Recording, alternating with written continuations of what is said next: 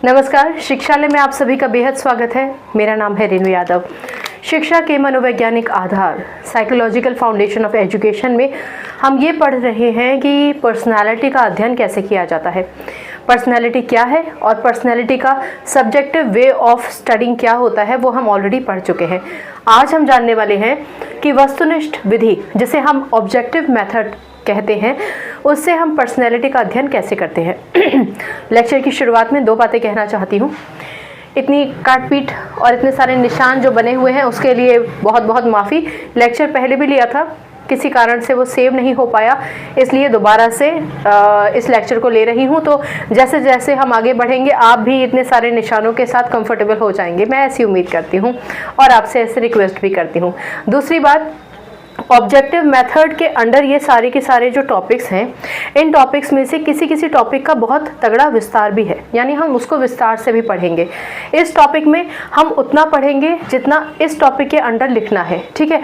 अगर मान के चलिए इस विधि को या इस विधि को अलग से पूछा जाएगा तो अलग से ही उसका लेक्चर भी लिया जाएगा जहाँ पर आपको पूरा विस्तार से समझाया जाएगा। लेकिन अगर ये पूछा जाए कि वस्तुनिष्ठ विधि के विषय में बताइए, तो इन टॉपिक से रिलेटेड जितनी थियोरी आपको लिख कर आनी चाहिए मैं वो आपको बता रही हूँ, समझाऊंगी पूरा, लेकिन जो विस्तार है उस विस्तार में इनके अलग लेक्चर्स दिए जाएंगे, ठीक है।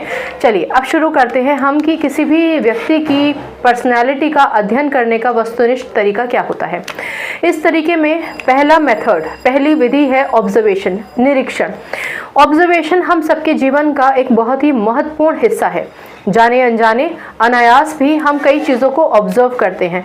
जब हम चीज़ों के ऑब्जर्व करने की बात करते हैं तो ये बात सहज है कि हम किसी व्यक्ति को भी ऑब्जर्व करते हैं और उस व्यक्ति को ऑब्जर्व करने के बाद कुछ उसकी आदतें कुछ उसकी खूबियाँ, कुछ उसकी खामियां भी हम ऑब्जर्व करते ही हैं।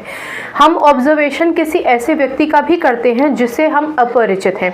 हम कहीं ट्रैवल पर जा रहे हैं और शायद हम किसी व्यक्ति को या कई लोगों को ऑब्जर्व कर रहे होते हैं, या किसी व्यक्ति के विषय में हमने बहुत कुछ सुन रखा है और वो व्यक्ति हमारे सामने आ जाए तो हम उसे ऑब्जर्व करते हैं। कई बार तो उसके खान पीन, रहन सहन, चाल ढाल के तरीक़ों को भी लोग नोटिस करते हैं, ऑब्जर्व करते हैं और उससे अंदाज़ा लगाते हैं कि इसकी पर्सनैलिटी कैसी होगी। क्या ये बहुत ही सुगम है, बहुत ही स्ट्रिक्ट है, बहुत ही डिसिप्लिन है, बहुत ही डेडिकेटेड है, एटसेट्रा एटसेट्रा।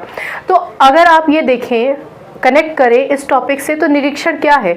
आप लगातार ऑब्जर्व करेंगे तब आप उसको निरीक्षण विधि कहेंगे। जो हमने ऑब्जर्वेशन किया वो उस समय तक के लिए किया जब तक व्यक्ति हमारे सामने था, लेकिन उस समय जो हमने ऑब्जर्वेशन किया